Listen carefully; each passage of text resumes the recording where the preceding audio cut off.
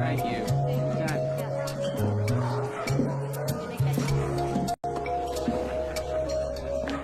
Drowning your sorrows again? Kathy Monroe blames me for Lulu tossing her kibble on the judge's shoes. Excuse me, but it was your obedience class that transformed that creature. Kathy or Lulu? Do you know where Laurie is? Captain has the jitters. I think she's in the small conference room behind the bar. See you soon. Save some of that for me.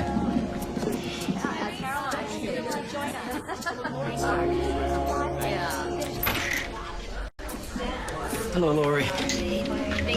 No problem. Nice. A little nervous. Well, that's to be expected. Let's have a look here.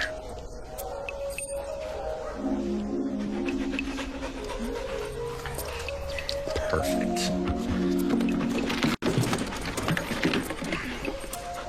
Did you try that remedy I prescribed? The one with the impatience? Oh, yeah, put a few drops in his water. You know, his heart rate's a little elevated. You have been such a good boy, and you're gonna be even better for your mom. It's just mostly chamomile. I like to use it. Helps him relax. Great.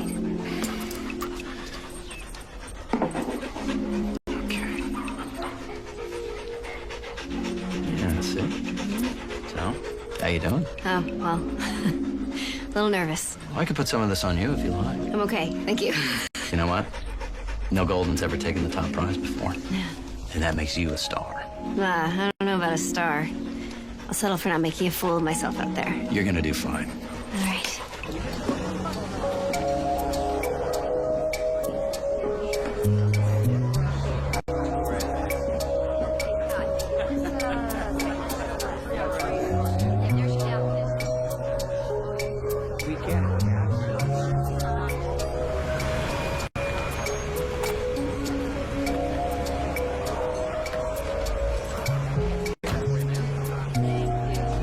Hello, Tara. Hello, Miss Sinclair. I'll take that, sir.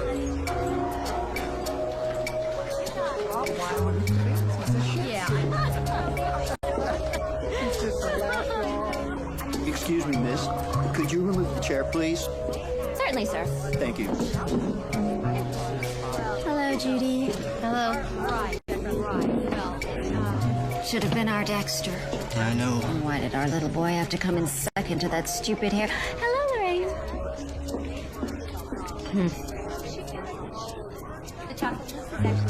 Judy, did you save me that champagne? Sarah, you look lovely as always. Hello, partner. Why the bag? Oh, Captain needed a little TLC. How is our illustrious winner? Just fine. Ladies and gentlemen, thank you. Today is a proud day for the West Valley Kennel Club. On behalf of the committee, I want to welcome you all to the award luncheon for this year's dog show. Now let's bring onto the stage the deserving winner of Best in Show with his deserving owner. Ladies and gentlemen, I give you Humorin Harvest Moon, also known as Captain, with his owner, Laurie Carter.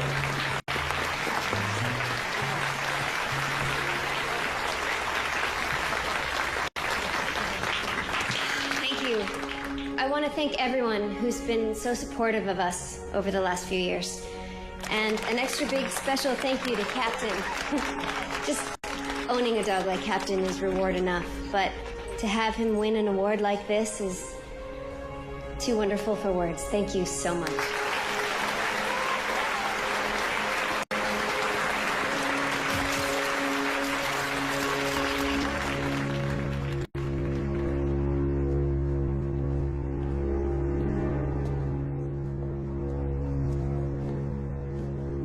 As if it's my fault, you know. I mean, I just... What was that? What is it? Down there. Be careful. Wait here.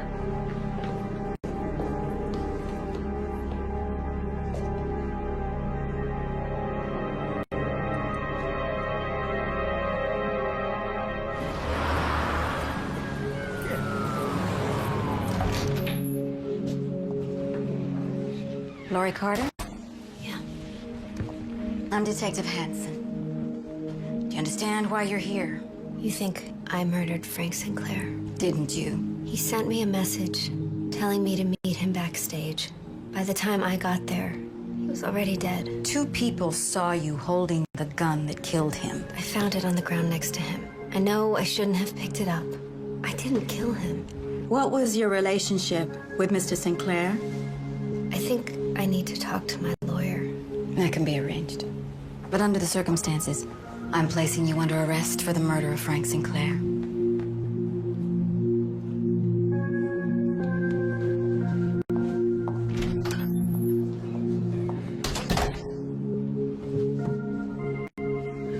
No further questions.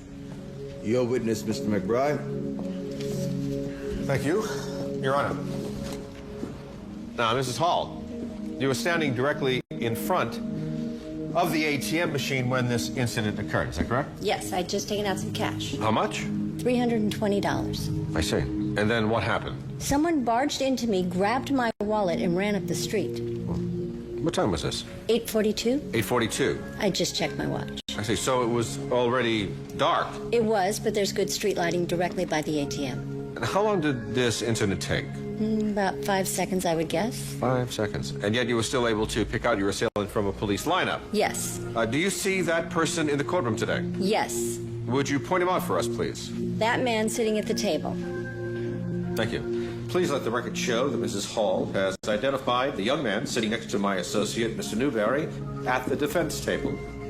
Now, you're absolutely sure that this is the man who assaulted you and stole your money? Yes. Absolutely positive? Absolutely. Objection, Your Honor. How many times does Mrs. Hall have to answer the same question? Sustained. Mr. McBride, she's sure, okay? Can we please move on? Yes, Your Honor. I just wanted absolute clarity on Mrs. Hall's identification of her assailant. Well, you have it. Yes, I do. Thank you, Your Honor. Mr. Singh, would you please stand up?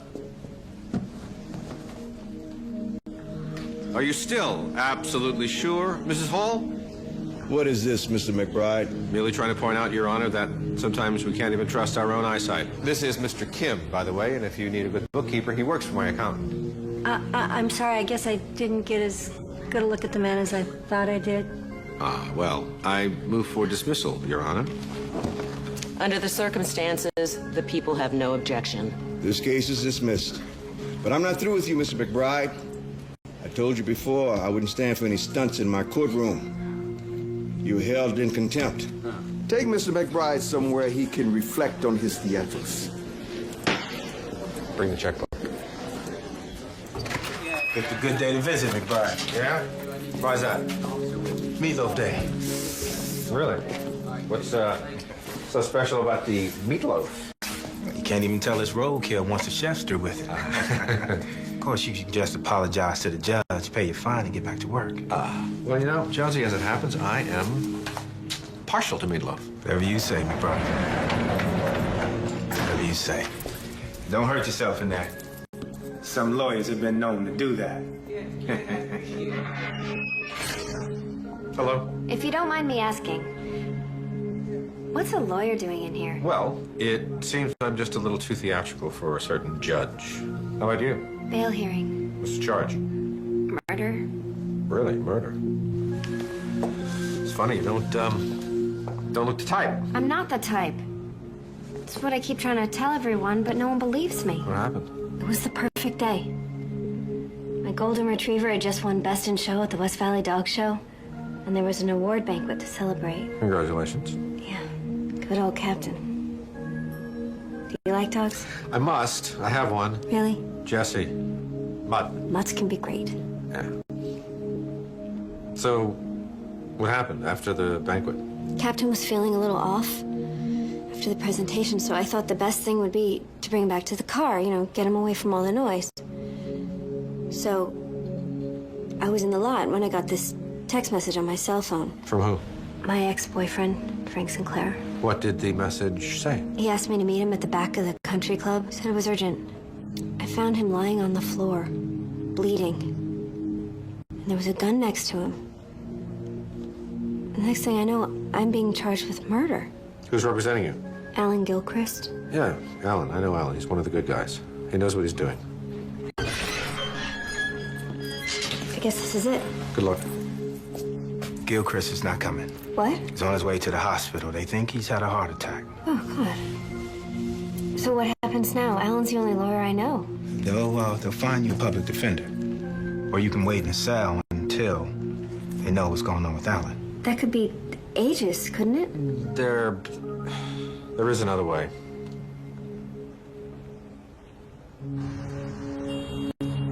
Your Honor, M. McBride standing in for Alan Gilchrist for the bail hearing only. That's fine. Proceed, Counselor. Thank you. Your Honor, Lori Carter has strong ties to the community, and until this bizarre incident, no criminal record whatsoever. She presents a danger to no one, and I would request that you set a modest bail. This is a murder charge, Your Honor. A cruel and vicious crime has been perpetrated. The state opposes bail. Bail is set for $250,000. Thank you, Your Honor. I don't have $250,000. So if you pay them cash, you only have to give them 10%. Can you raise that much? Yeah. I have to go. Thank you very much. I don't know what I would have done. That's all right. The bailiff here will take you in the back. You'll sign some paperwork. Be out of here in a couple of hours. Okay. Give my best to Alan. I will.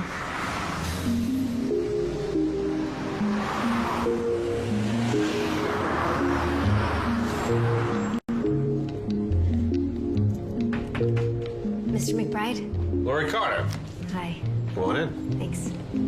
I hope I'm not interrupting. No, not at all. Just catching up on all the important fish news. Ah. Have a seat. Thanks. Let me guess. Alan cannot continue on your case. That's right. How did you know? Well, even though I thought we hit it off pretty good when we were in the joint together, I heard Alan might be laid up for a while. Yeah. I didn't know what to do. I guess I'm looking for another lawyer. Oh, did you happen to know I am one? Yes, I had heard that somewhere. Huh. So, where do we start? Tell me what happened that night. Frank sent me a text message to meet him backstage, so I went. Frank! And found him on the floor. Did you touch anything? I guess I might have picked up the gun. Frank! Somebody help! All I could think of was whether or not he was okay. So basically, you just covered the entire murder weapon with your fingerprints. I didn't know what I was doing. I think I was in shock. But you have to believe me, Mr. McBride. I didn't kill Frank Sinclair.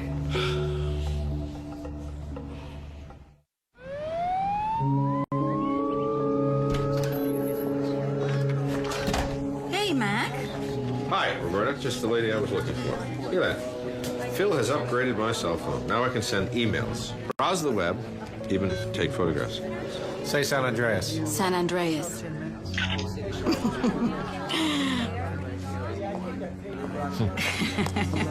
Welcome to the century. Thank you. I heard about your little run-in with Hang'em High Jeffries. Yeah, well, you know, if I can bring a little happiness into people's humdrum lives, it ain't all been for nothing. Make 'em laugh. Right. And you're here because? Lori Carter. What about her? So, tell me about it. Alan Gilchrist is representing her. Not anymore. He's recuperating from a heart attack. And why did you get involved? We were actually prison mates. She's accused of killing her ex-lover, you know. I know that. Her married ex-lover. I did not know that. You want it? Lori Carter sent Frank Sinclair a text message. Must see you in backstage now. Now, hold a second. Frank sent Lori a text message. No, Lori sent Frank the text message. We've got all the details on Frank's cell. The message from her, time sent, and her cell number. Then she changed into a disguise, shot Frank Sinclair, and sent herself a text message back to cover her tracks. Disguise. We have video of a woman in a red wig coming down the service hallway. But Lori was discovered right next to the body. Hold on a second, this doesn't make sense. If she took the time to send herself a text message from Frank's phone, she must have known that the police would be able to trace the call she made to him first. And if she was going to kill him, why get caught next to the body? Much less, why kill him there at all? There must have been easier places, much easier places than a crowded dog show banquet. Because she was hoping that the sheer craziness of the location would make her look innocent. That sounds like a lot of hooey. Hooey? And here I thought you were all modern with a pocket full of technology. Anyway, tell that to the DA. Yeah, fine. Okay, well, where's the motive? They broke up 8 months ago. Why shoot him now? I take it she didn't mention their big fight a couple of weeks back? No, she didn't. Didn't think so. And there's one more thing, the wig. The wig. A long blonde hair was extracted from the webbing. Yes, it was a match. It was Lori Carter's hair in the wig. You still think it's hooey? And how do you explain your client holding the gun? She just found a body. She was in shock. She didn't know what she was doing. In shock? Oh, come on, Mac. We've got her fingerprints on the gun. In a few hours, we'll have the results of the paraffin test. If it comes back that Carter had cordite on her skin, I'm not sure you've got a leg to stand on.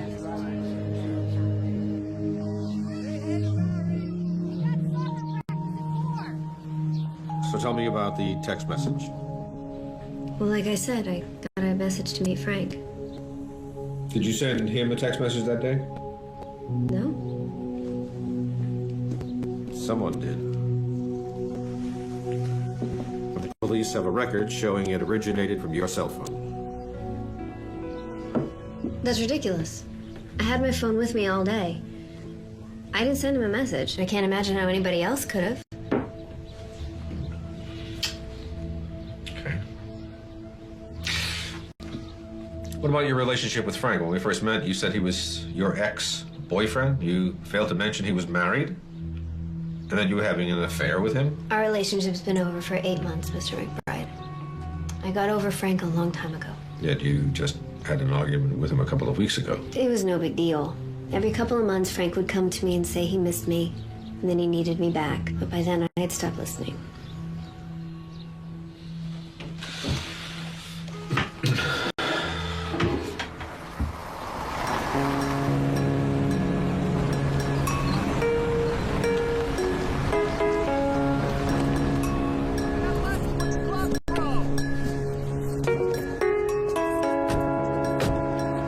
Just so quick.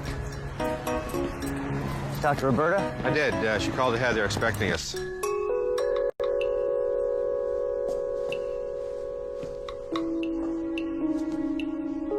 Why did she run back down the hall?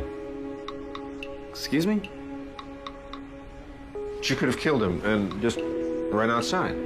No one would have been the wiser. And she chose, though, to go back down the hall where she definitely would be seen by the security cameras. We gotta get copies of that footage from Roberta. You know, if Lori didn't commit this murder, then someone has to be framing her. That's right. And that person would have had to send Frank a text message from Lori's phone. So she'd be caught in exactly the wrong place at the wrong time. But didn't Lori say that she had her cell phone on her all day long? They did. Not only that, they'd have had to get hold of Lori's hair to stick in the wig. You know, that doesn't just take planning. That takes an evil mind. You know what, I gotta tell you, that's just about the worst. What exactly? Framing someone. I mean, committing a cold-blooded murder, knowing that you're gonna stand by quietly while somebody else spends the rest of their lives in jail. Well, you know what, we can't help the dead guy, but maybe we can help Lori. Maybe at the Sinclair house, okay?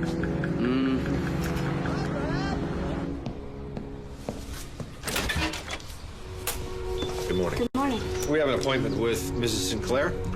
Mr. McBride? Mm-hmm. Please come in. She's expecting you.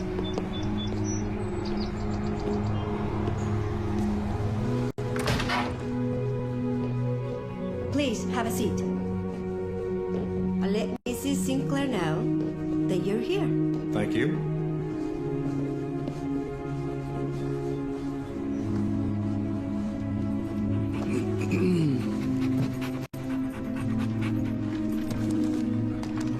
Mr. McBride. Mrs. Sinclair, we hate to intrude on you at a time like this. Nonetheless, here you are.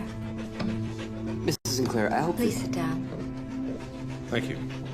Mrs. Sinclair, I hope that you can appreciate that we have a duty to our client.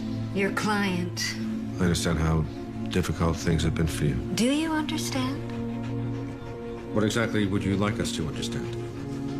February 13th last year. Day before Valentine's Day.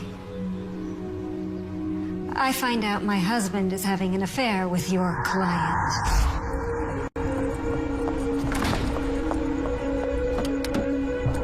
I was upset. I was angry. I wanted to confront him.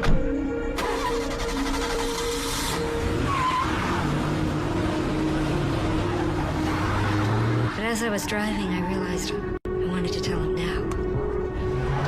So I called him on my cell. I know about Lori, Frank. How could you do this to me? How could you betray me like this? That's when it happened. I didn't even see the truck pull out. Have you ever broken a bone, Mr. McBride? A few times. When I was a kid, I fell out of a tree. Broke my left femur. Even though it hurt at the time, I knew I'd recover when the doctor put 2 pins in my leg. But I knew I wouldn't fully recover from these injuries. They patched me up pretty well. My remaining kidney works fine. My hair's grown out over the scars. I thought I'd lost everything. But then something wonderful happened. Frank broke off the affair. He was at my bedside morning, noon, and night. He did everything for me. Never a complaint. I had my marriage back. And in some ways, we were closer than ever. And then a couple of weeks ago, your client came sniffing around him again, begging him to resume the affair. Frank told her it was over, and I guess she couldn't take the rejection. It wasn't enough that she did this to me. She had to take him away from me forever.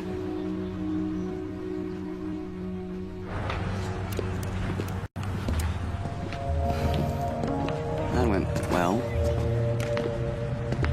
I want you to find out who Sarah Sinclair's doctor is. You're not suggesting she had anything to do with the murder, are you? She's in a wheelchair. Gives her a perfect alibi, doesn't it? That's pretty cold. Phil, look. Let's remember Lori Carter was framed. This wasn't a case of being in the wrong place at the wrong time. This was premeditated, meticulously timed, and unlike the courtroom, except for my client, I'm going to consider everybody guilty until proven innocent. If we don't think like that, we might as well tell Lori to pack her bags because she's going to prison for the next 30 years. See you back at the office.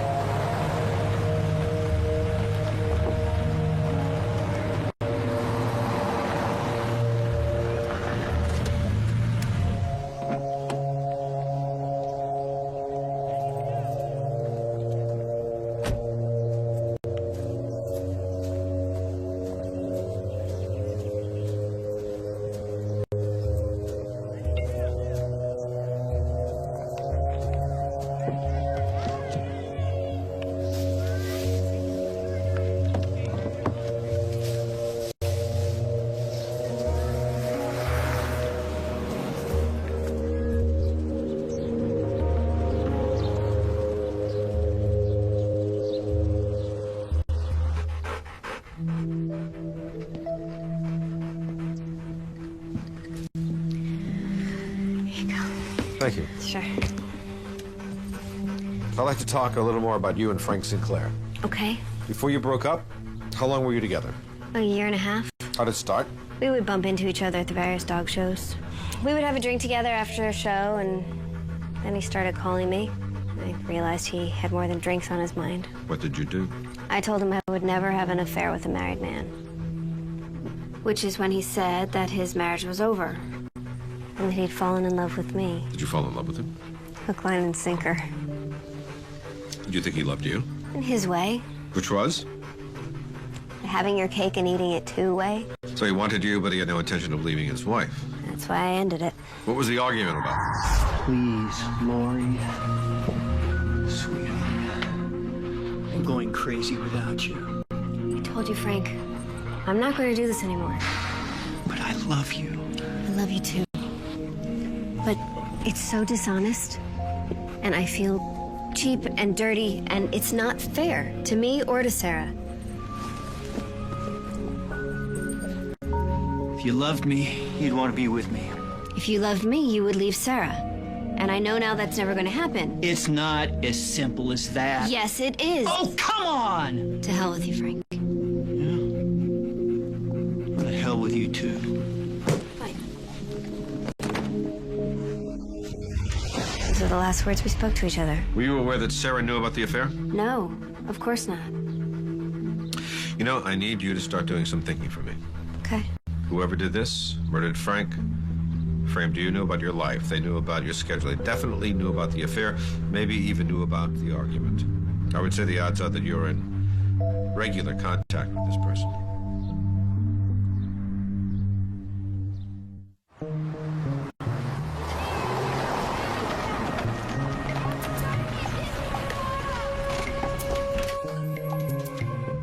Have a seat, gentlemen. Thank you. How can I help?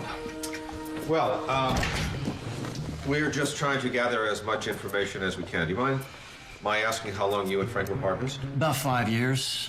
I met him when he moved to L.A. He was looking for a vet's practice, and my old partner had just left. Good riddance. But frankly, I wasn't doing too well on my own, so we teamed up. Well, it seems to have worked out. Worked out great. Frank made an impact right away. Clients liked him. Animals loved him. Never looked back. Sorry. I just can't believe it.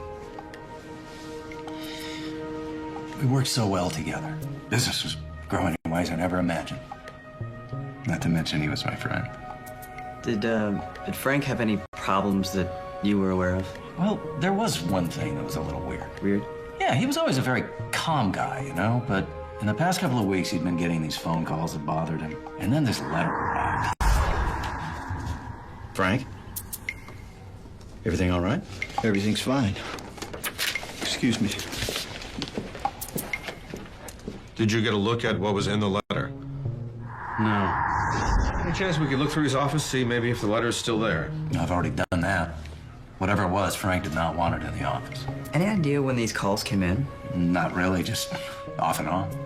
Well, I'm sorry to have to cut this short, but I do have other patients. I understand completely. Thanks for your time. Certainly. If you want to talk about anything else, just give Debbie a call. Thanks, Doctor. Thanks.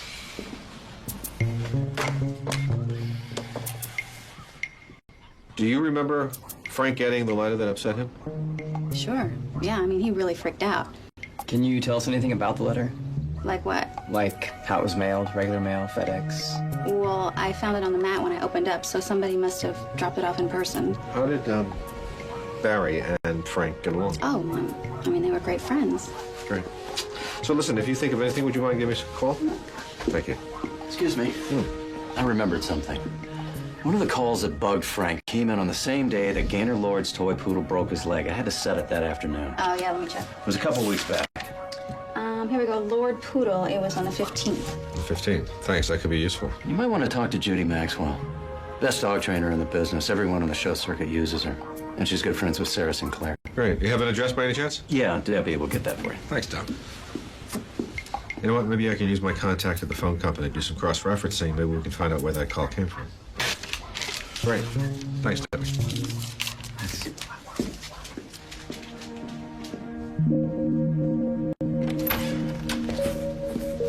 Could those calls have actually come from Laurie? I don't know Laurie Carter that well yet, but I just can't imagine Frank Sinclair being intimidated by her. So what does that leave us with? Not very much. But it's early in the game, right? Tomorrow we'll track down Judy Maxwell and see if she can shed some light on somebody else that might have a grudge against Frank Sinclair. I got it. McBride and Associates. Hey, Mac. Look, just calling to see if you wanted to get in on the pool at the precinct. Pool? What pool? A little late for football, isn't it? Well, since you just got Jeffries as your trial judge, we're taking bets to see how long you can last without seeing the inside of a jail cell. Very funny. Jeffries is our trial judge. Oh, well. Dr. Gordon, I want to thank you for taking the time to see me. Well, I can only spare a few minutes. I'm doing surgery. I understand. I'm trying to find out a little more about Sarah Sinclair's injuries. What would you like to know? Why isn't she walking? Mr. McBride, this is confidential. This is not just idle snooping on my part. I'm involved in a murder investigation. I don't want you to divulge any confidential information. I'm just curious about her injuries. If necessary, I could get a subpoena.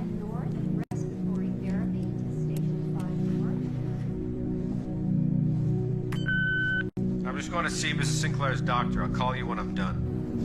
Oh, something about x-rays? These were taken a few weeks ago. Sarah suffered severe injuries to the hip bone. See, severe breaks here and here. Those are why she'll never walk again. Is it possible I could borrow these x-rays, show them to an independent medical expert? Out of the question. Sorry to disturb you, but Dr. Rahman needs to talk to you for a second about a consult. Ask him if he can wait for a minute. Okay. Sorry about that. Sorry. I'm sorry, Dr. Gordon, but he says he needs to speak to you now. All right, tell him I'll be right out. Excuse me. Yes, certainly. Please, take your time.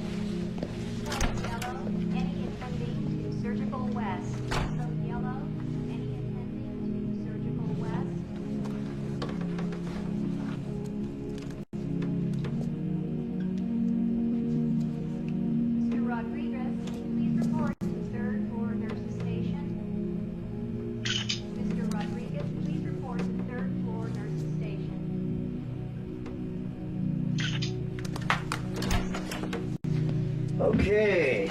Sorry about that. It's all right. Oh, where was I?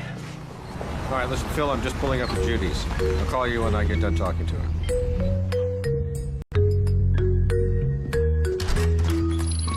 Hi, you must be McBride. I am, hi. Thank you for seeing me. Sure. Come on in. Thanks. Oh, good. Thank you. Can I get you something to drink? I'm fine. No, it's all right.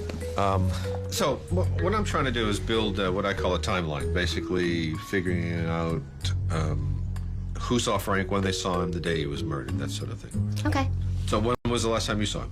Must have been around lunchtime. I would say 12-ish. And this body was discovered at 1:30.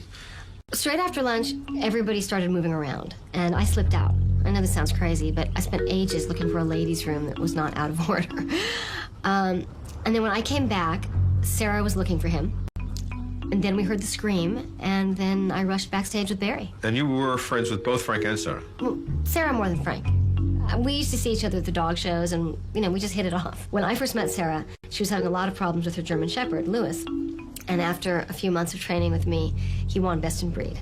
So we became very close, and I've trained all her dogs, including Dexter. You were around when Frank met Sarah? Oh, yeah. I mean, Sarah had a lot of boyfriends, but Frank just swept her off her feet. She felt he was the only one who really loved her, not just for her money. You knew about the affair between Frank and Lori? Yeah, I mean, everybody knew. That's, how it got back to Sarah. Are you surprised that Frank and Sarah stayed together? No, not really. It was basically a good marriage by LA standards. Wow. Looks like Sarah's dog. They're brothers, actually. This is Rudy. Rudy is like the slow, steady type, and Dexter's a little more feisty. But Rudy is very good at old-fashioned dog tricks. Rudy, dead.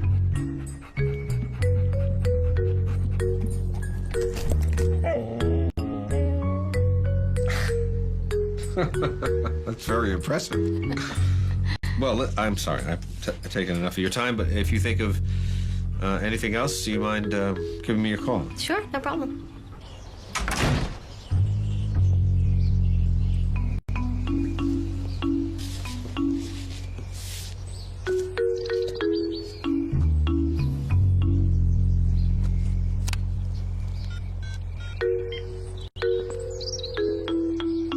Hey, Mac, what's up?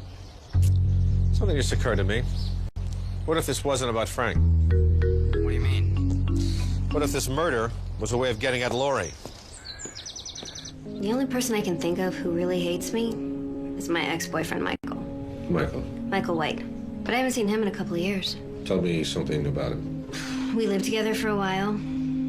He got so jealous and aggressive. In the end, I had to have a restraining order to keep him away. Last I heard, he moved to Vegas to become a dealer.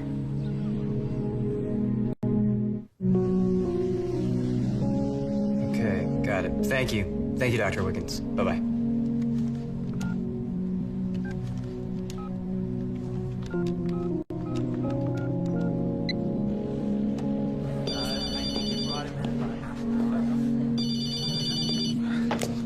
Hey, Phil. Yo, Mac. Hey, got the second opinion on Sarah Sinclair's x-rays. And she definitely cannot walk.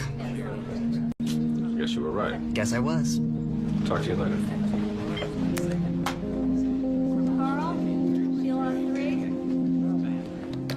How's the Hui theory going? Very well. I'm leaving no stone unturned. You guys should try it sometime. What? Investigating. I'll let that one pass. Here we go. It says here a restraining order was issued against him in March of 2004. The current address? There it is. In the valley on Balboa. Looks like he moved back a couple of months ago. Well, I guess Las Vegas didn't work out. Great. Oh, listen, by the way, I still haven't got the security tapes from the country club. I'll chase Rodriguez. Hey, Roberta. You're a pal. That's an understatement. Yeah, just go ahead.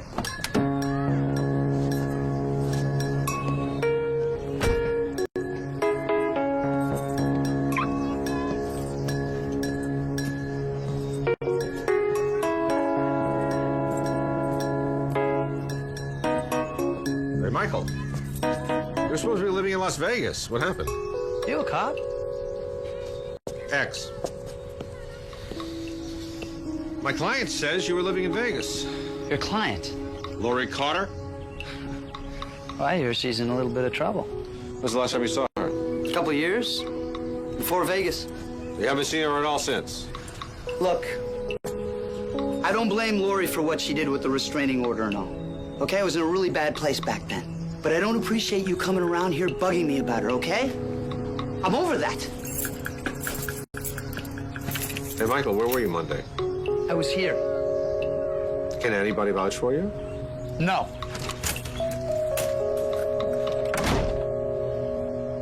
Nice guy. I know you've answered all these questions before, but what time did you last see him? We just finished lunch. It was 1 o'clock. Everybody started moving around, chatting. I spoke to a few friends, and then it felt stuffy in there, so I decided to go out and get a breath of fresh air. And what time exactly was that? A little after 1. And did you see Frank again after you left the table? Maybe across the room, I don't remember. Excuse me. Mrs. Sinclair, it's a bank, I think. You'll have to excuse me. Certainly.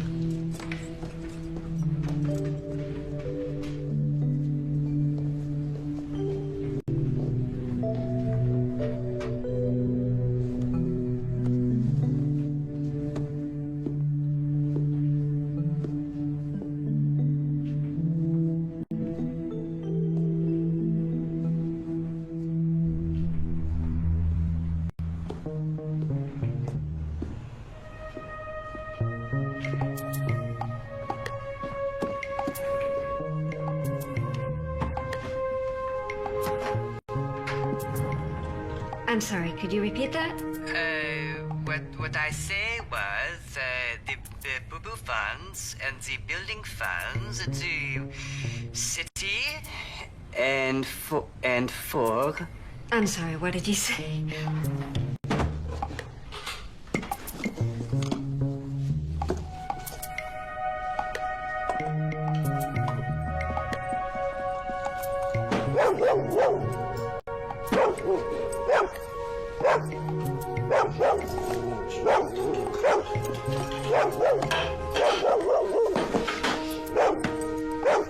Well, hold, please.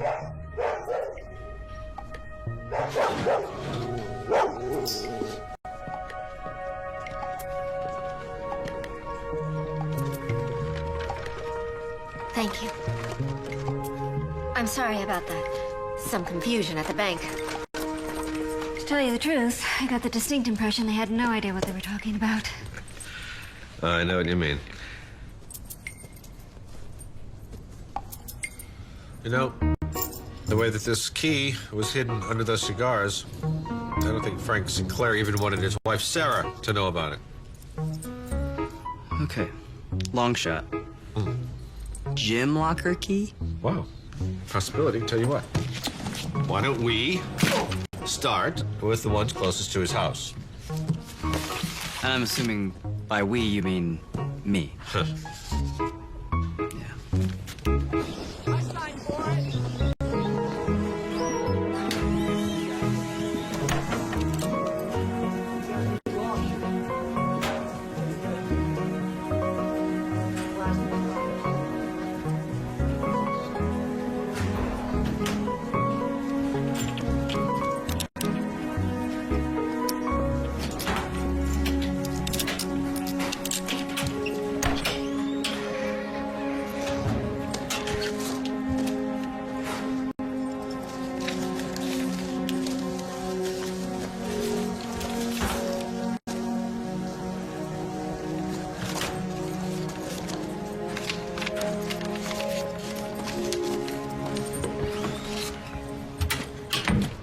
got no date, no name of the newspaper, really nothing to even tell us what this headline means. Yeah. Lakers Pistons. Well, at least if we knew when that game happened, we'd have a win. That'd be a start. Shouldn't be too hard. Oh, hey, did you see that? No. Roberta left it for you. Oh, yeah, you know what? This must be the tapes from the security camera. Hi? Hi. You said I should get in touch if I thought of anything? Yeah? Well, how about that Barry Hastings is a two-faced liar who's laughing all the way to the bank? Come on in.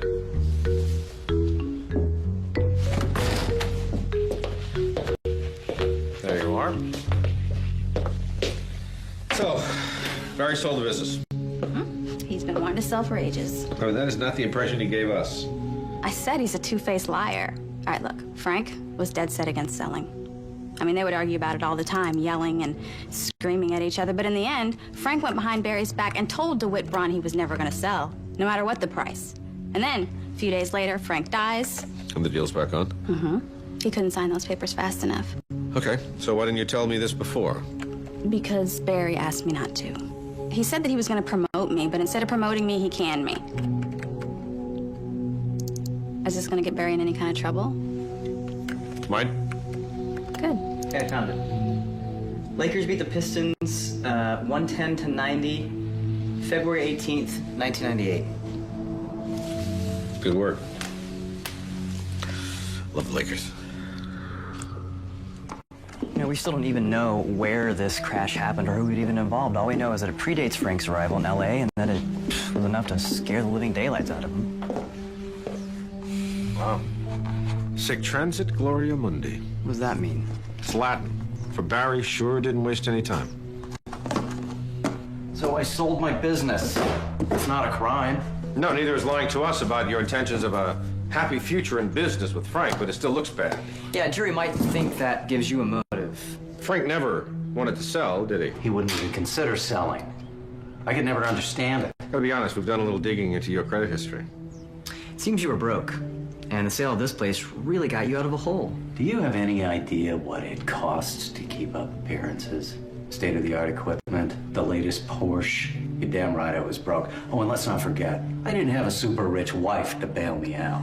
Barry, where were you when Frank was murdered? Probably at the bar. I just had another argument with him, and the last place I wanted to be was anywhere near him. Wait a minute. I didn't kill him, if that's what you're suggesting. Well, you know what? A jury might think you had 2.6 million reasons to do just that. Well, prove it.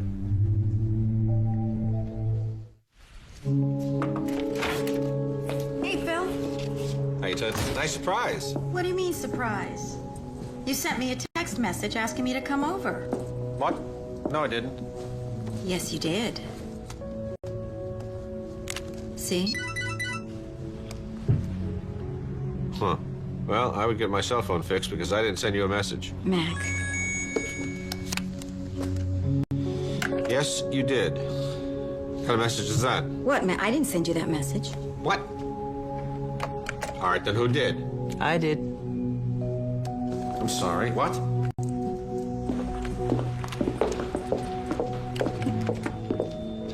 You can go to your cell company's website and type in any text message that you want to send to anybody's cell phone. All you need is the number that you want to send it to. And the website walks you through it? You just fill in the blanks. You type in the number you want to send it to, the actual text message, and then any reply number. So hold on a second. It doesn't have to be the actual sender's cell phone number? No. So that's how Frank Sinclair got a text message from Lori Carter. Well, Lori Carter had her cell phone on her the entire day. Wait, you're gonna need more than that to keep Lori Carter out of prison. And Phil, next time you want to do a show and tell, just pick up the phone and call me and we can talk about it. You could have saved me a trip over here. Oh, don't be angry. I encourage you. What is this? Somebody sent that to Frank Sinclair a couple of weeks before he died. What does it mean? Victim was drunk? Says M.E. Don't know. That's what we're trying to figure out. All we know is that it freaked Frank out. Oh, we got as a headline. Phil figured out the date from the basketball score. February 18th, 1998. But we don't know what was in the article. We don't know where the crash happened. And without that information, we have no connection to Frank. Well, you know what? You haven't been looking hard enough. You have a photocopier that enlarges? Yeah. Where? The conference room. Follow me?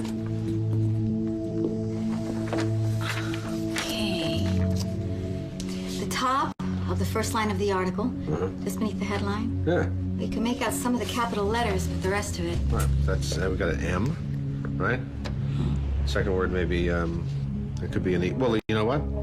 Medical examiner. That definitely goes with the headline. Yeah. Which means that the next two words most certainly would be the name of the examiner.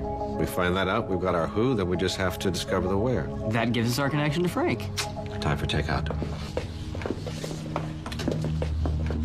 By the way, this doesn't count. What? You still have to buy me dinner. Dinner's better? Look, dinner and a floor show. Come on. Bill, you pass the onion rings? What? Bill. Out. Hey. All right, so I think we agreed that the first name is Charles. Yeah. All right? Charles. Second one starts with a B, I think. No. Well, maybe, but I'm going to say D. A-N. Or maybe it's D-O-N, Donaldson. That's it. I can't tell anymore. All right. What? Nice. Charles.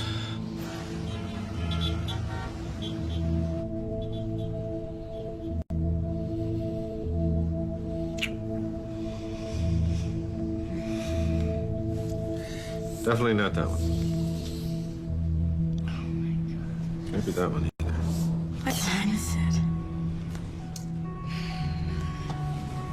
Mac, I've got to go. Thank you very much, Roberta. Thank you for stopping by and helping us out solve this puzzle. Thank you, Roberta. I'm sorry. Thank you very much. You're welcome. Get some sleep. Huh? Yeah. Bye.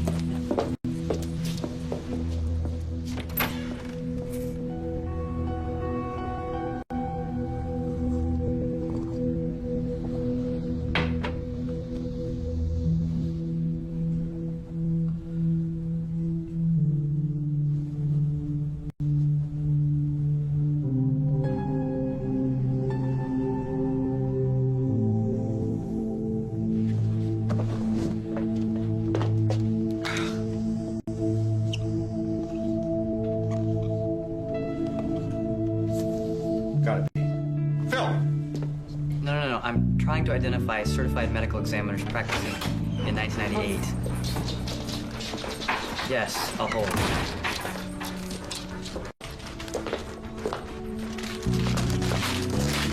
I think I'm finally getting somewhere. Gina passed me off to Marcia, who put me back on with Gina, who then gave me over to Richard, who's been really helpful to me. Hello? Yes, I'm here. Okay. Great. Thank you very much. Bye-bye. All right, so there was a Charles Detweiler practicing in Sacramento in the 90s, retired in 1999. Great. What's next? Well, every major newspaper archives their content online, so now that we know the paper, the rest of the story shouldn't be a problem. Great. You type, I'll make the coffee.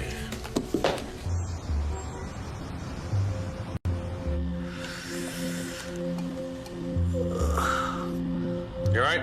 Yeah. I gotta take a walk. Let's go and get some fresh air. All right.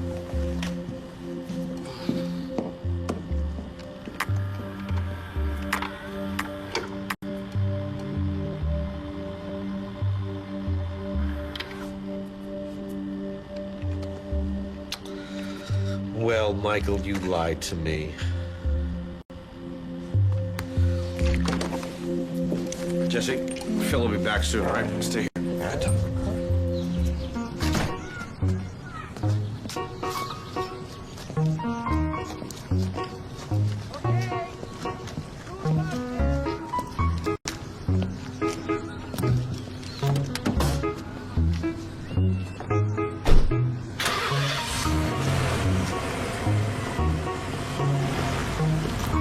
Hey, Michael.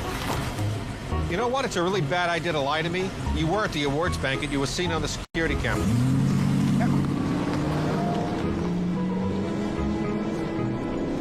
Well, I guess I'll wait.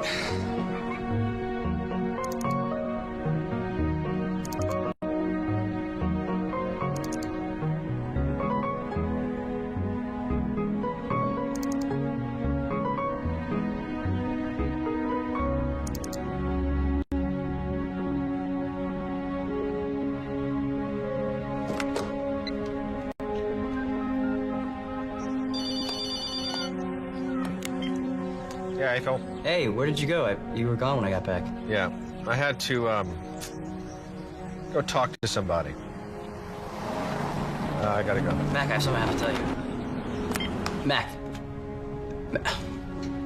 Hello?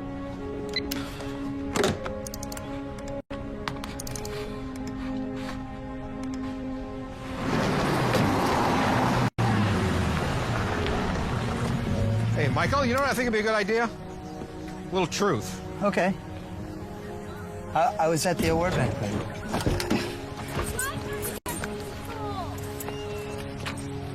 All I wanted to do is I wanted to talk to her.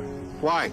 To try to get things back on track. You know, maybe get her to lift the restraining order. I mean, the trouble was, every time I would get close to talking to her, someone else would get there first.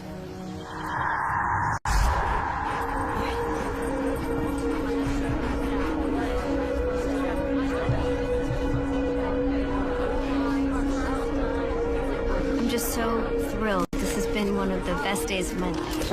And for Captain, too, I think. Then I lost sight of her.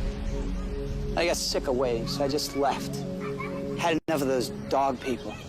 And then I heard about the murder. No way am I going to come forward and involve myself. I mean, Lori with a dead guy? Me? Under a restraining order? Come on. I swear, I didn't kill that guy.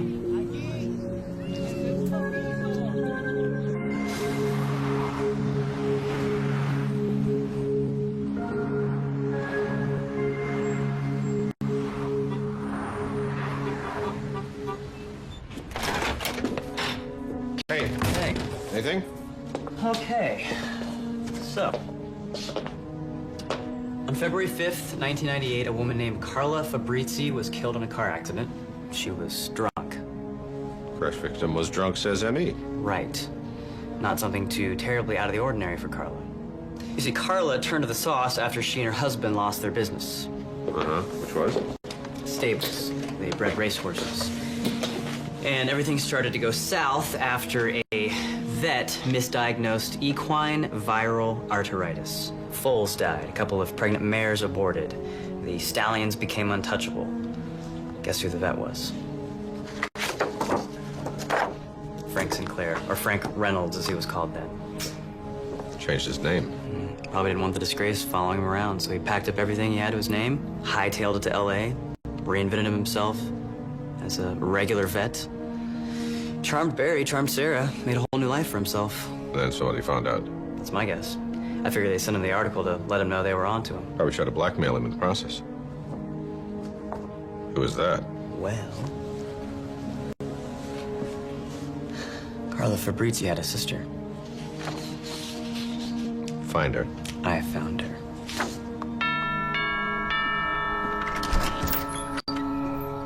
We know about Carla.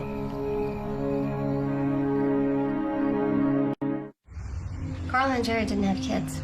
You know, those horses were like their family. So when the foals started dying and then the mares lost their babies, it just broke her heart. And then they went bust. And for Jerry, this was the worst failure. I mean, he became withdrawn and depressed. Carla couldn't even talk to him. And, you know, it wasn't long before she started to drink. And I used to tell her to be careful, but, I mean, you know what drunks are like. They have no idea how drunk they are half the time. So, you know, the way I see it, I think Frank was to blame. And I would see him happily married, rich, successful, and all I could think about was Carla. So you decided to blackmail him? Of course not. I don't want his money. So what did you want? I wanted him to know that someone was on to him. I wanted to have power over him. I enjoyed watching him squirm. Did you kill him? No. I wanted him alive. I wanted him to pay for what he did to Carla. Killing him would have let him off way too easy.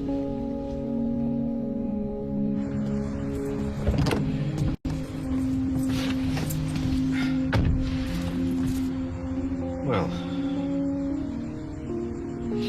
it certainly explains why Frank was so dead set against selling. Anybody willing to pay that kind of money would double-check his credentials. They're going to find out that he wasn't who he said he was. He wouldn't take that risk. You think she killed him? She's got motive coming out of her ears. She's smart enough. But framing Laurie, though, where does that fit in? You know, it's like we said, I think we need to think outside the box. Okay. Meaning? Meaning that having this whole extra element of the crime, the framing, just sort of like we're automatically assuming that the killer had some sort of double motive. You know, that they not only wanted Frank dead, but that they wanted Laurie punished. What if that's not the case? What if this is just some sort of elaborate scheme to throw us off the scent of the real killer who doesn't really care what happens to Laurie, and as long as Frank Sinclair or Frank Reynolds or whatever his name happens to be, pays for what he did. Wow. It's impressive.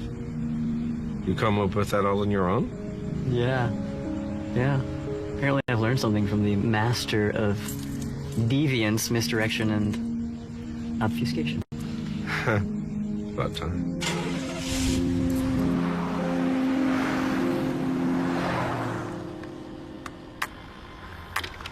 Who is that? You know, whoever it is, there's something that's just not right about this. Why did the killer go back and go past the security cameras? So we'd think it was Laurie. Oh, the wig did that, didn't it? The killer could have stuck Laurie's hair in the wig, still gotten out of there unnoticed. Something else. It's like the answer is staring at me and I can't see it.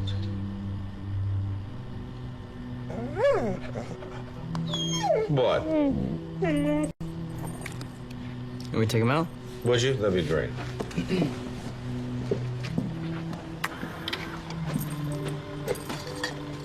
here, Jesse. Come here, buddy.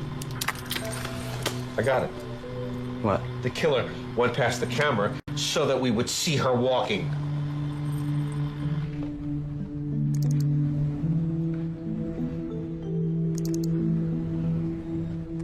All right, right there.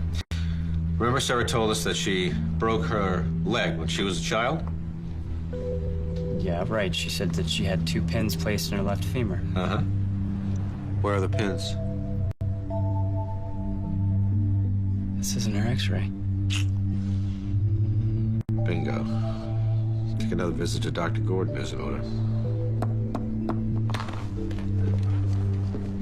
I'm sure there must be some kind of mistake. Really? Dr. Gordon, you spent 10 minutes explaining an x-ray to me. You're actually telling me you didn't know that x-ray didn't belong to Sarah Sinclair? Your amnesia wouldn't have anything to do with the $50,000 paid out of her account. The week after you showed me that x-ray. I don't know anything about Mrs. Sinclair's finances. So if we were to subpoena your bank records, we wouldn't find a corresponding deposit with the same amount? You know, Doctor, I think the real question here is, are you going to take the fall for her? Okay. Okay. She paid me to keep quiet about her recovery. And she must have known we'd check up on her. Look, it was her idea to have the wrong x-rays ready. Just in case. Dr. Gordon, would you like to continue practicing medicine? Then I suggest you testify to the truth in court.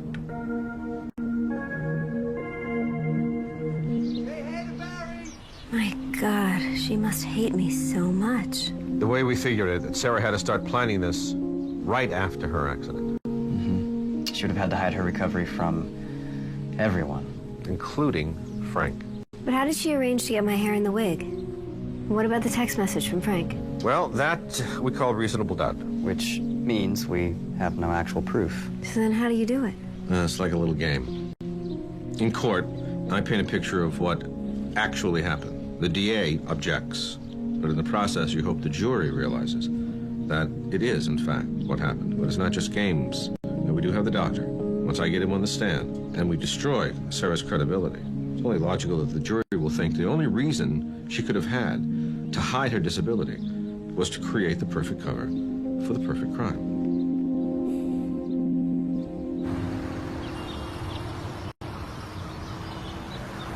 My analysis of the DNA of the hair, which my colleague CSI Rodriguez recovered from the webbing inside the red wig found in the ladies' room of the country club, proved to be an identical match to the defendant's. Which means it's the defendant's hair that was caught in the wig. Correct. No further questions. Mr. Mr. Miles, is there any way of knowing when that hair may have become trapped in the wig? No. So, could it have been there for days prior to the awards banquet? I suppose so. Now, in your field of expertise, could you tell if the hair had been deliberately placed in the wig, as opposed to, you know, just sort of being there from general wear? No. So, in your expert opinion, could someone else have deliberately placed Lori Carter's hair in the webbing of the wig? Objection. Calls for speculation. I will allow it. The witness may answer the question. It would be possible. Thank you. No further questions. Dr. Hastings, what was your relationship with the deceased? We were business partners in a veterinary practice here in Los Angeles. So you worked very closely with Dr. Sinclair? Yes. Were you aware of his affair with the defendant? Yes. It had gone on for well over a year, and it had become pretty difficult to hide. Did he ever confide in you about his affair? No, but Lori would come by the office nearly every day, often without her dog. So it didn't take long for me to become suspicious of the relationship. Do you know who ended the affair? No, I only know that the end was sudden. Lori came to me one day and asked if I would take over care of her dog, Captain. Did she appear to harbor any ill will towards Dr. Sinclair? No. No, none that I could see. Let's move to the day of the murder. Were you the one who discovered the body of Dr. Sinclair? No. I was in the hall with Judy Maxwell when we heard a scream. We went down to investigate. We found a hysterical waitress, and she pointed me in the direction of the body. What exactly did she say to you? Well, I believe it was, "Down there, be careful." And what did you find down there? I found Lori kneeling over Frank's body with the gun in her hand. No further questions. Your witness, Mr. McBride. Dr. Hastings, did you see Lori Carter actually fire the gun? No. No, I did not. No more questions, Your Honor. The witness is excused. The people would like to call Detective Roberta Hanson. Detective Hanson, can you describe for us the conditions under which the body of Frank Sinclair was discovered? Mr. Sinclair was discovered by a waitress in the service hallway of the country club. He was already deceased, the result of a single gunshot wound. And was the defendant also present where the body was found? Yes. 2 witnesses saw Miss Carter kneeled over the body with the murder weapon in her hand. Was the weapon registered to Lori Carter? No, the weapon belongs to a man who reported it missing in 2000. Most likely it was bought on the black market. Was paraffin testing done on the defendant to determine if she had in fact fired the gun? Yes. And a significant amount of gunpowder residue was detected on Miss Carter's hands. Did you find any secondary evidence to link Lori Carter with the murder? Forensics determined that 2 text messages had been sent during the approximate time frame of the crime. First, from Miss Carter's cell phone to Mr. Sinclair, asking him to meet her in the service hallway, and the second, with the same message, sent from the victim's cell phone to Miss Carter herself. And what conclusion, if any, were you able to draw from this? That Miss Carter lured Mr. Sinclair to the service hallway with the first text message, and then sent herself the second message to account for her presence near the body. Your Honor, objection. Supposition? Your Honor, it is Detective Hanson's job to do just that based on the evidence. Overruled. You may proceed, Counselor. Detective Hanson, were you able to ascertain any possible motive for the murder? Well, Miss Carter carried on an 18-month affair with the victim, and several acquaintances were under the impression that she wanted to resume the affair. We also found a number of witnesses to a very public fight between the victim and Miss Carter that took place less than 2 weeks before the crime. No further questions of this witness. Detective Hanson, when you tested Lori Carter for cardite, did you test her clothing as well as her hands? Yes, but the paraffin tested positive only on her hands, not her clothes. Strange. And was the residue localized to any specific part of her hands? Yes, only the palm side of both hands. Dr. Hanson, in your experience, doesn't usually discharging a weapon cause a cordite splatter to the chest, the wrist, the outside of the hands? Well, it depends on the circumstances, but often, yes. Cordite fans out from the weapon. So, in testing, it is more likely to find cordite on the outside of one's hands as opposed to the palms once one has discharged a weapon? Yes. And the reason that because Lori Carter's palms tested positive, and not the outside of her hands, that's more indicative of someone who had picked up a weapon after it had been fired. It's possible, yes.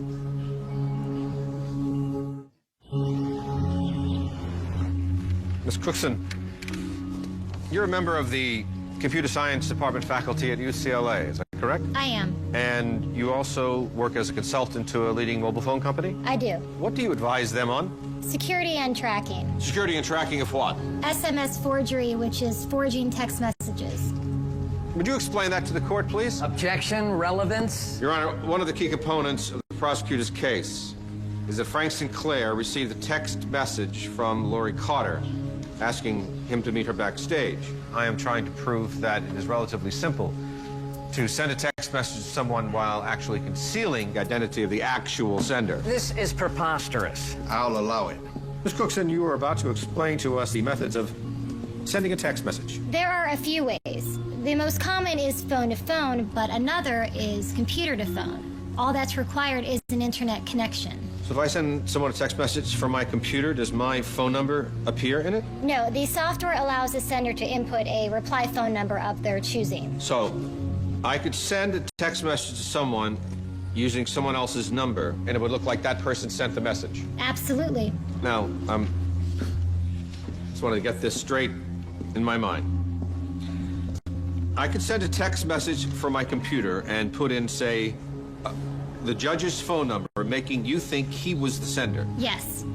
And if I had his name and number programmed into my phone list, not only would a number appear, but so would his name. There would be no reason to believe that the judge didn't send me the message. And for this, I would need, what, a computer connected to the internet? There are any number of methods to access the internet without a computer. Such as? Personal digital assistants, better known as PDAs, or a computer with a wireless card, which works through cellular cards or Ethernet cards, which allow people to access the internet remotely. So, anyone with basic computer knowledge could possibly accomplish this? Yes, absolutely. Thank you, Ms. Cookson. No further questions of this witness, Your Honor. Court stands in recess.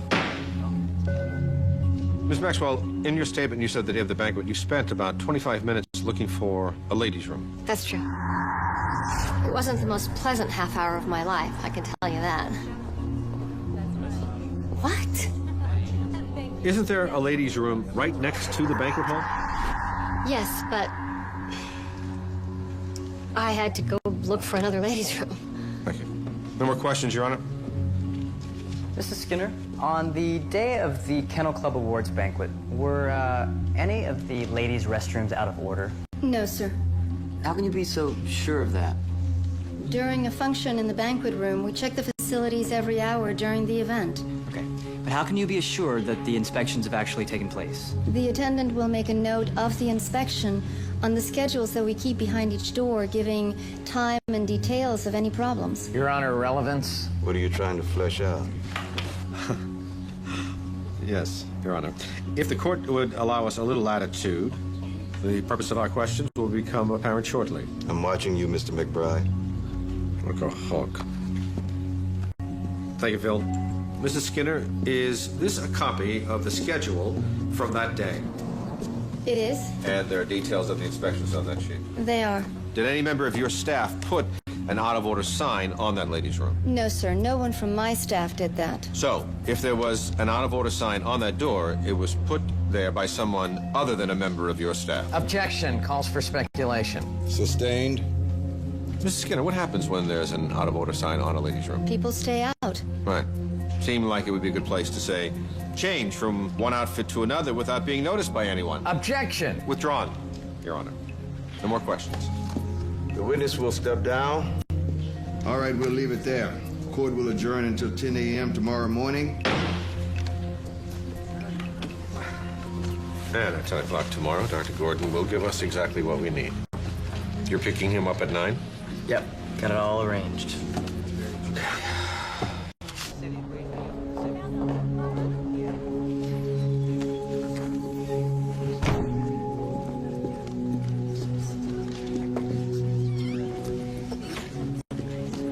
Wasn't there. I'm sorry, what do you mean he wasn't there? The hospital said he's taken an indefinite leave of absence, None of his neighbors know where he's gotten to, and if his family knows, they're not talking. So, what are we gonna do? All rise. The Honorable Judge Jeffries presiding. Los Angeles Criminal Court now in session. Case number 389562. The People versus Lori Carter. Call your next witness, Mr. McBride. Well, this is a bit embarrassing, but it seems as though my next witness has disappeared. Oh, disappeared? Yes, sir. Under the circumstances, I would request a continuance so that we may regroup and try to find him. A continuance? Yes, sir. Are you seriously asking me for a continuance? Yes, sir. There will be no continuances. Now, if you want to find this witness, fine. But this trial will continue. Defense calls Sarah Sinclair to the stand.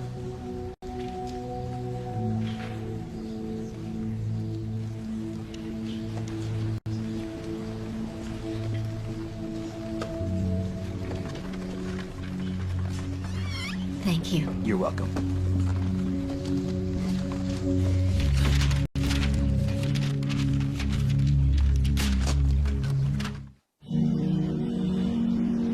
Ms. Sinclair, over the last 6 months, have you been in social situations with Lori Carter? Yes, there were various dog shows and kennel club events where we both showed our dogs. Would it surprise you to know, in fact, you had been together at 6 such dog events? Not really.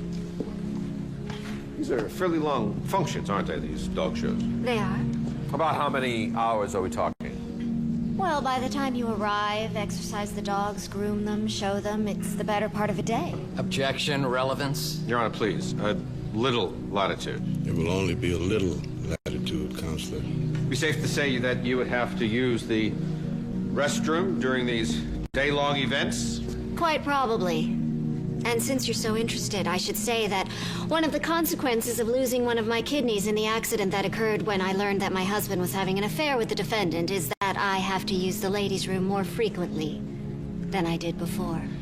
And you would assume that Lori Carter would have to use the facilities as well? I would. Even possible that you two were in the ladies' room at the same time? I really don't recall. But you're not saying for certain that you weren't together in the ladies' room? Objection. Overruled. The witness will answer the question. I suppose not. Brush your hair in the ladies' room? Of course. See others brush their hair? Of course. Did you know? The average person loses 50 to 100 hairs a day, just from brushing and combing. I didn't. Well, I would think with all that hair flying around, getting stuck in brushes and combs, it wouldn't be too difficult to get hold of a couple of strands of someone's hair, particularly if they were standing right next to you brushing their hair in the ladies' room. Objection, speculation. Sustained. Move on, Mr. McBride. In your statement to the police, you said that you last saw your husband at 1 p.m. the day he was murdered. Correct. What did you do at that time? It had gotten a little stuffy, so I went out for some fresh air. On your own? I am quite capable of moving myself about in my wheelchair, unless I encounter a flight of stairs. Obviously, I can't go up or down. Where'd you go? Just out the front? Anyone see you? I don't think so. So basically, we just have your word for it that you were out front of the country club. I suppose so. You don't have to go up or down any stairs, do you, to get to the ladies' room closest to the banquet hall? Objection. Approach the bench, Mr. McBride. I see where you're going with this. And if you try and link Mrs. Sinclair with your cockamamie framing theory, you'll be back in those cells so fast your feet won't hit the ground.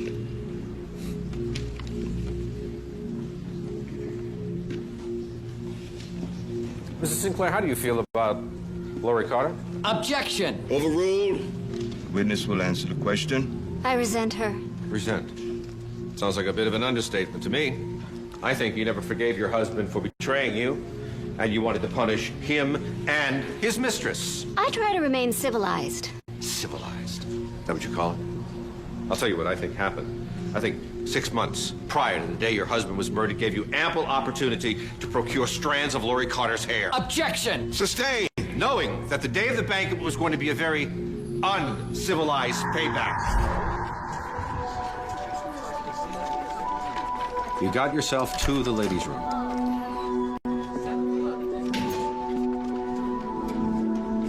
Checked to make sure no one was in there. Hung up the out-of-order sign.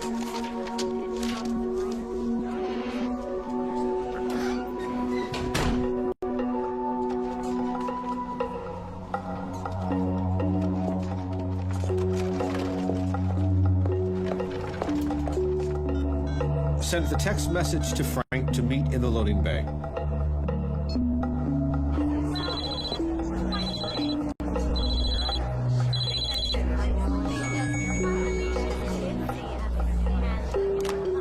Changed into your disguise. Then you went to the loading dock and shot your husband.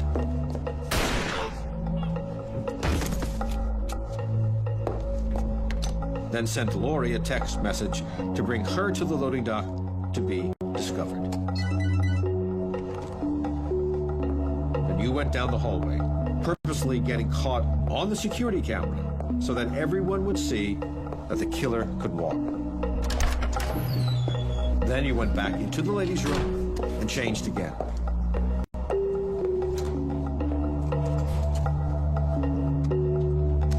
Placed Lori Carter's hair in the wig. After that, it was just a matter of dumping the disguise, making sure you left the wig behind.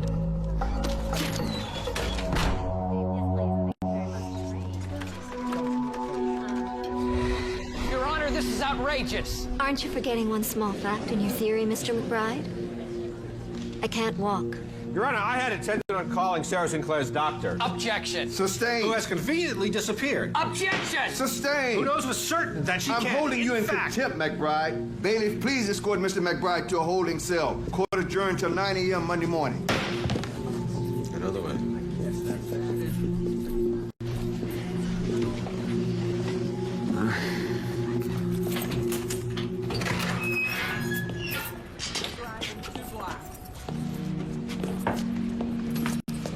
Well, I paid your fine. Here's your letter of apology.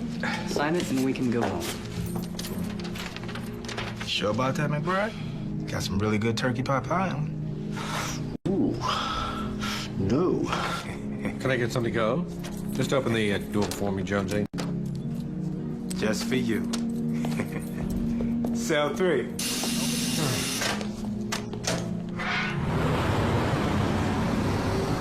Sarah Sinclair certainly has everybody convinced, don't you? Pretty much. Without that doctor's testimony, it's just the word of a grieving invalid against it. Jailbird lawyer? Should we just get her out of that chair?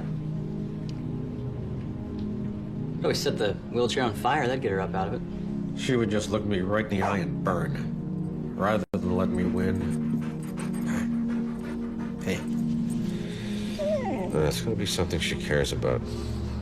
Something she cares about more than anything. Something she couldn't possibly stand by and see harmed.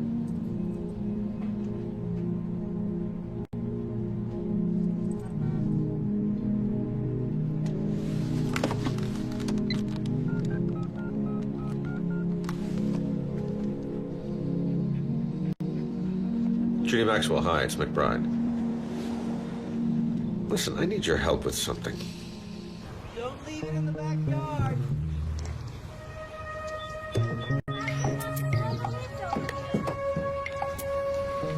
What if this doesn't work? And my client hired a really lousy lawyer.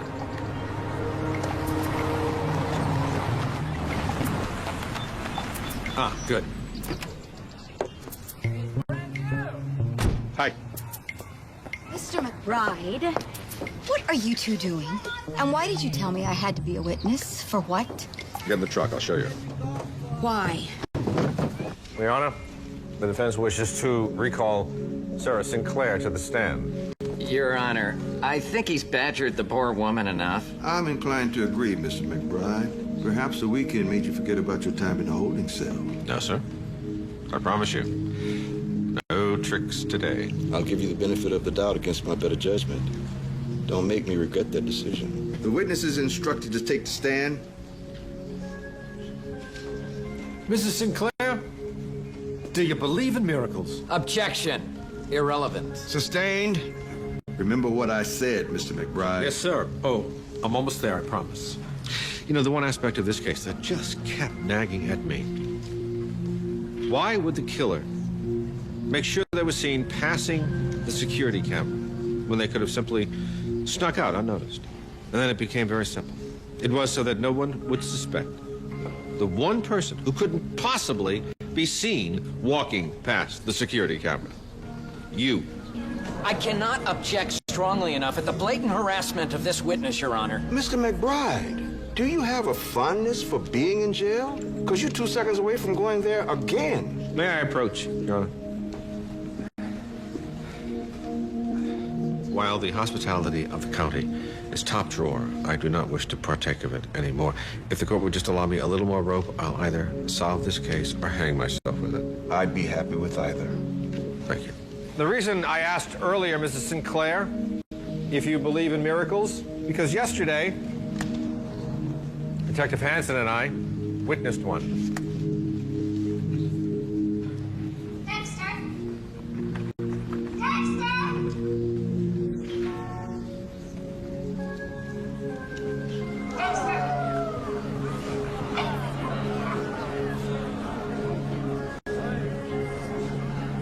Judy Maxwell is very happy to lend us your dog's brother, Rudy, who just happens to love playing dead. And you realize there was nothing wrong with him? Didn't even occur to you that we had switched dogs.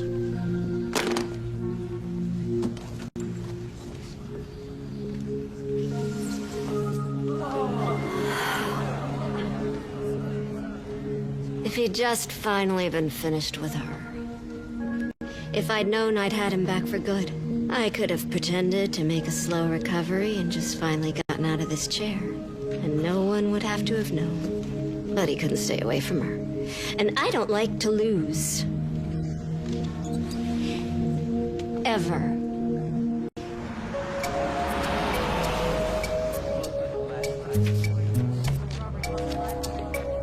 Hey. Well, if it isn't Houdini himself. You managed to pull another rabbit out of that hat, didn't you? I'll tell you what, you know, if I hadn't had you as a witness to my little stunt, I probably couldn't have done it.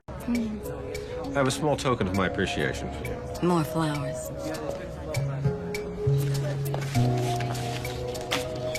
Detective Hansen, meet Caesar.